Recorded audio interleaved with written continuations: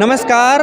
ये जो प्रोटेस्ट देख रहे हैं ये इलेक्टोरल बॉन्ड को लेकर के, जिस तरीके को लेकर के वो ईवीएम का फ्राइडे को लग गया। आपके माध्यम से बोलना चाहता हूँ, ऑनरेबल जस्टिस खन्ना की बेंच में लग गया है कि 2024 का जो चुनाव है वो हमारी इमेज न खराब हो जनता के सामने, उसको कहीं ना कहीं उसको घुमाना चाहती है, उसको लोगों को गुमराह करना है। बेफिक्र रहिए। और ऑनरेबल चीफ जस्टिस से भी हम लोगों ने रिक्वेस्ट कर दिया है, हम लोगों ने भी इस चीज़ को लेकर के सारी चीज़ें बोल दी है कि ये जो भी किया जा रहा है ये जनता को 5 साल के लिए सिर्फ मौका मिलता है। कौन से व्यक्ति ने कितनी फंडिंग ली है, कौन सा फंडिंग, कितना पैसा किसके पास आया है, किस लोग चिंता मत करिए, हम सब लोगों की कंटेम्प्ट पिटीशन तैयार है।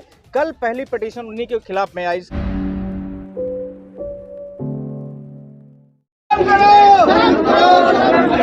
नमस्कार।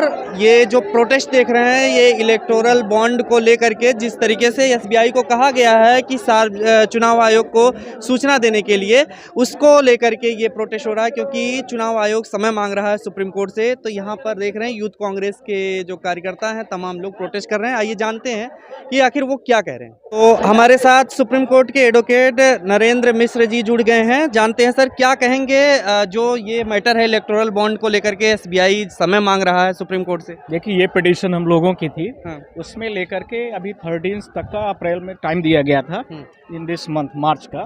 अब ये चाह रहे हैं कि जब तक चुनाव होता है, चुनाव तक के लिए इनको अब टाइम चाहिए। There is 2 things is very important.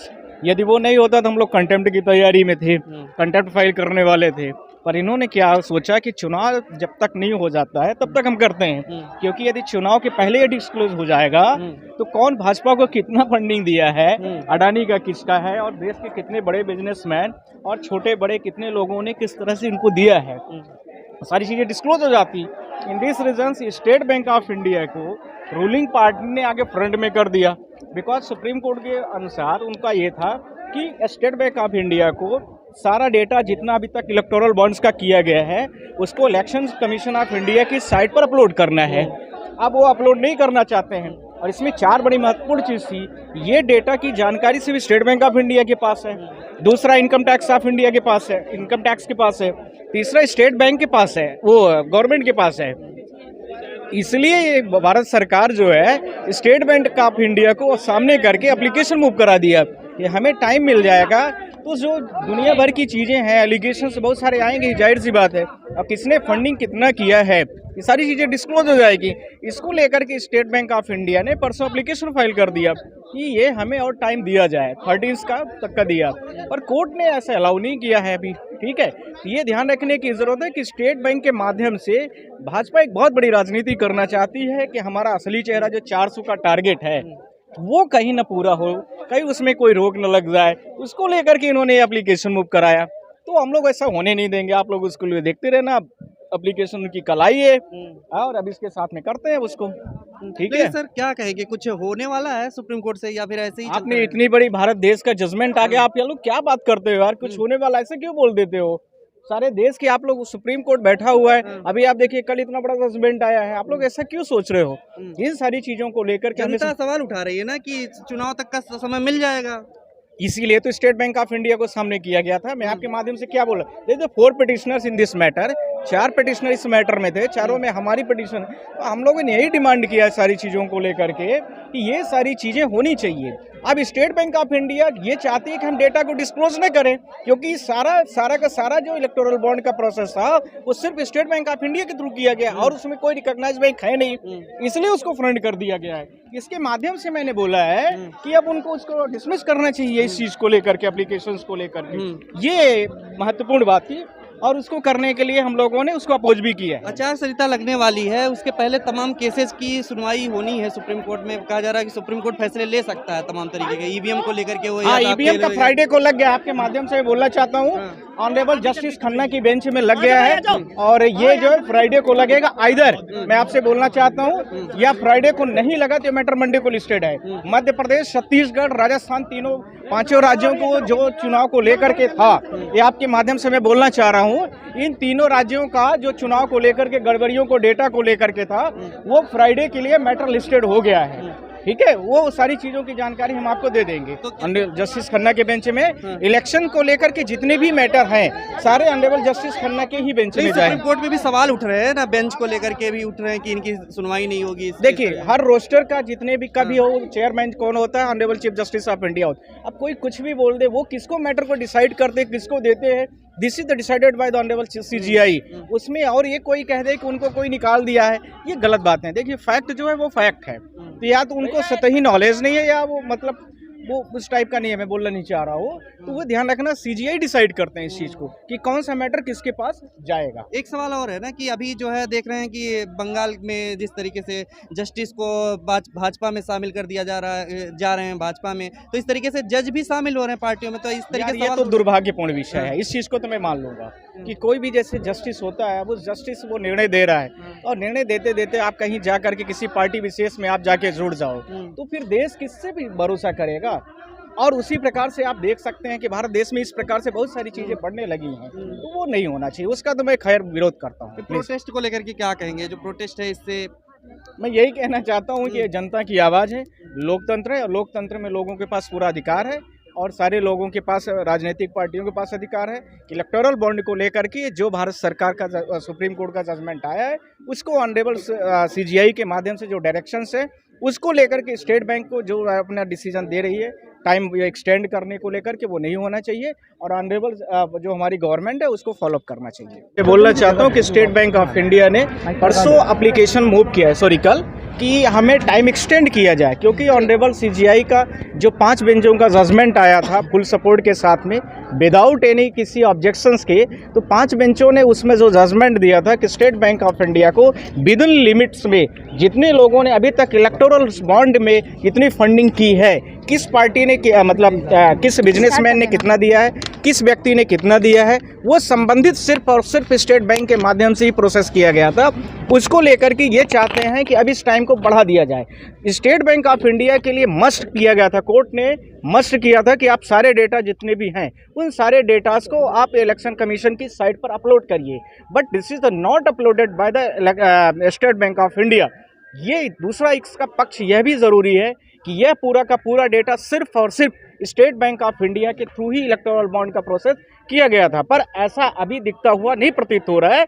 अभी किसी ने बोला है कि ये चंदा मामा की एक बड़ी अच्छी पोएम किसी ने लगाया है, तो मैंने ये बोला है, उसको ट्वीट करके भी मैंने जानकारी दिया है कि आप लोग चिंता मत करिए, इसी चुनाव में 2024 का जो चुनाव होगा लोकसभा का, उसके पहले ही इलेक्टोरल बॉन्ड्स का जितना डेटा है वो data state bank of India को मैंडेट किया जाएगा। हम सारे लोग उसमें उनकी मेंशनिंग में अपोजिंग भी कर दिए हैं और उसके साथ में यह साबित हो गया है कि स्टेट बैंक ऑफ इंडिया इस समय पर करंट रूलिंग पार्टी को बचाने के लिए, उनकी छवि खराब होगी या उन्होंने बहुत बड़े लेवल पर जो फंडिंग लिया है, जो अडानी और अंबानी जैसे बड़े लोगों का, ये जो भी है XYZ जितने भी डेटास के लोगों के नेम हैं वो सिर्फ स्टेट बैंक ऑफ इंडिया, दूसरा भारत सरकार के पास है। इसके अलावा किसी तीसरे व्यक्ति के पास भी वो डेटा नहीं अवेलेबल है। क्या कोई यहाँ तक है SBI और मोदी सरकार में? इस समय पर भारत सरकार जो है स्टेट बैंक ऑफ इंडिया के माध्यम से यह अपना एप्लीकेशन मूव कराई है, जिस एप्लीकेशन में स्पष्ट होता है कि बीजेपी चाहती है कि 2024 का जो चुनाव है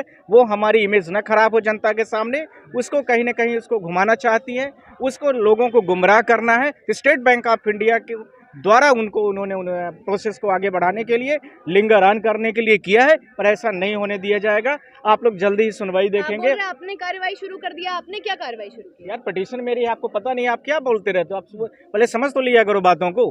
मैं ये कहना ने कल पिटीशन जारी की है, तो आपने अब उसके लिए क्या किया है? हम लोग जैसे उनका मेंशनिंग जो आ रहा है फॉर्मेट में, ये सारी फॉर्मेट का हम लोग उसका अपोज कर रहे हैं कि ये क्यों किया जा रहा है, ये स्टेट बैंक ऑफ इंडिया क्यों करना चाहती है। इन सारी चीज़ों को लेकर के मैं आपसे बोलना चाहता हूं कि स्टेट बैंक ऑफ इंडिया इस टाइम को एक्सटेंड करना चाहती है, डाटा को अपलोड नहीं करना चाहती है, बीजेपी का बचाव करना चाहती है। भारत देश के 140 करोड़ की जो जानता है मतदाता है, उसका कहीं न कहीं वो पूरे तरीके से वॉयलेशन कर रहे हैं उसके राइट्स का। इसी के साथ में आर्टिकल 19(1)(a जिसके आधार पर ऑनरेबल जस्टिस ने इसका जजमेंट पारित किया था, उसका कंप्लीट तरीके से वायलेशन हो रहा है, जो यहाँ पर दिखता हुआ नजर आ रहा है। जो एसबीआई ने तर्क दिया है सुप्रीम कोर्ट को, जिसके लिए उन्होंने समय, वो समझ में आ रहा है आपके? सर क्या कहना चाहते हैं? स्टेट बैंक ऑफ इंडिया ने यही बोल रहे हैं कि हमें डेटा को अपलोड करने में थोड़ा टाइम लगेगा और हमें थोड़ा समय चाहिए, पर ये मिसलेनियस है। ऐसे तो हम लोग बहुत सारी पिटीशन, डिजिटल हो गया ना, देखिए सर। करेक्ट, ये आप लोग के जो कह रहे हैं कि India is the digital country, तो इंडिया जब डिजिटल कंट्री तो स्टेट बैंक ऑफ इंडिया को ऐसा क्यों कर रहा है?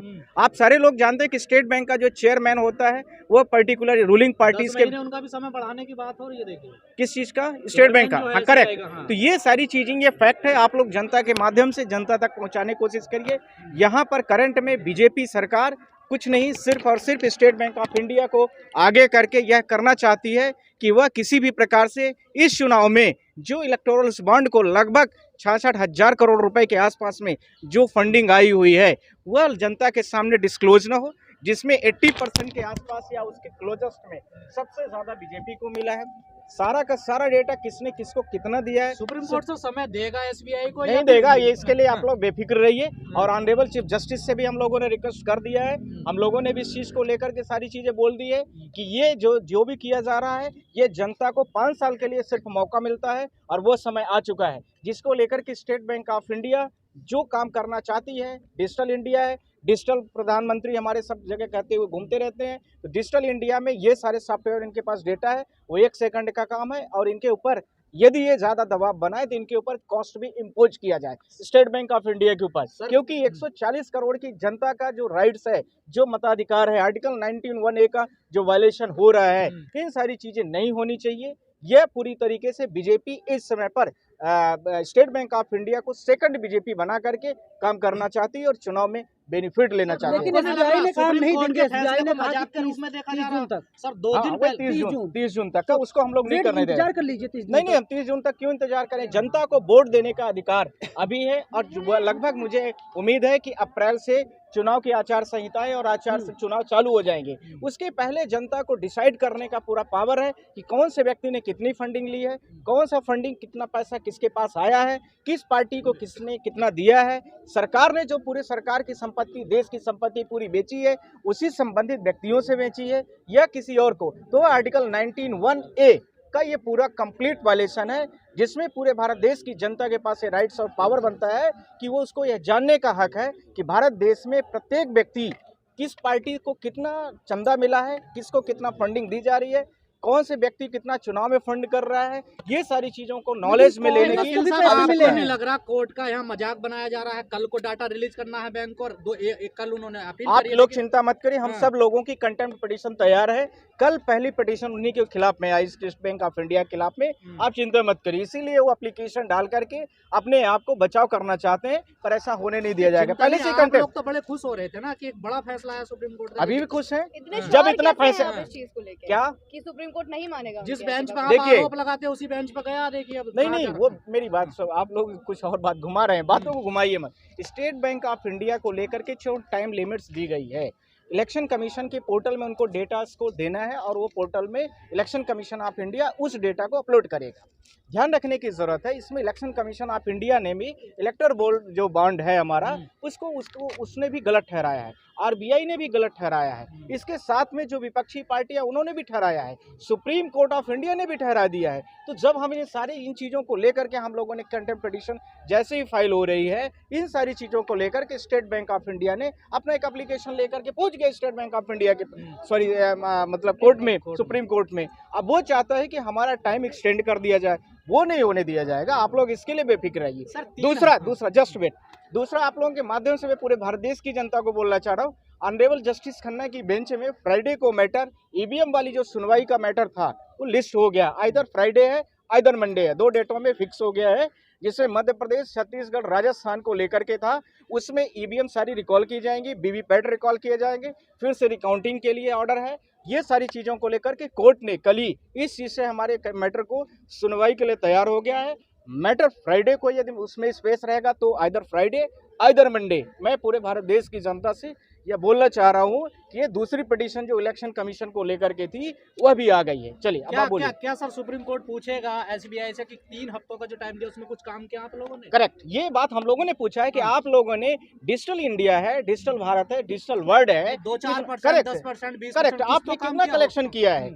क्योंकि मेजर जो इसमें अमाउंट इलेक्टोरल बॉन्ड्स को किया है उनमें से कुछ लिमिटेड लोग हैं, आप लोग जानते ही हैं। SBI हाँ, तो वो सारे 22,000 के आसपास है, उनको अपलोड करने में आपको कितना टाइम लगेगा? मुश्किल से कुछ सबके हैं, वो तो वही तो मैं कहना चाहता हूँ। दूसरा, इसके साथ में सबके आधार कार्ड होते हैं, आप लोग सारे लोग जानते हैं, आधार कार्ड से सबके अकाउंट लिंक है। आज तो आप माने न माने, उनके पास पूरे डेटा है, पूरे भारत सरकार के डेटा हैं। इसके आधार पर ये स्टेट बैंक ऑफ इंडिया ने जो भी करने की कोशिश कर रहा है वो उसमें सफल नहीं होगा। मैं आपके माध्यम से ये बोलना चाहता हूँ, पूरे देश के माध्यम से बोलना चाह रहा हूँ, 140 करोड़ की जनता जो है इस बार 2024 का चुनाव होगा फ्री और फेयर इलेक्शंस में, उसका कंट्रीब्यूशन उसको पता होगा कि हम जिसको वोट दे रहे हैं वह पर्टिकुलर वोट उस व्यक्ति को जा रहा है कि नहीं, इसका भी होगा प्रमाणित। दूसरा, कौन से व्यक्ति ने, किस राजनेता ने, किस बड़े बिजनेसमैन ने किस पार्टी को कितना फंड दिया है, इसका भी स्पष्टीकरण जो आपके सामने है वो 30 जून न जा करके जो अभी वो टाइम बाउंडेशन है उसके अंदर में ही, टाइम मैनर में ही वो काम होगा। खबरों में बने रहने के लिए फोरम 4 को सब्सक्राइब करें और नोटिफिकेशन पाने के लिए बेल आइकन दबाएं।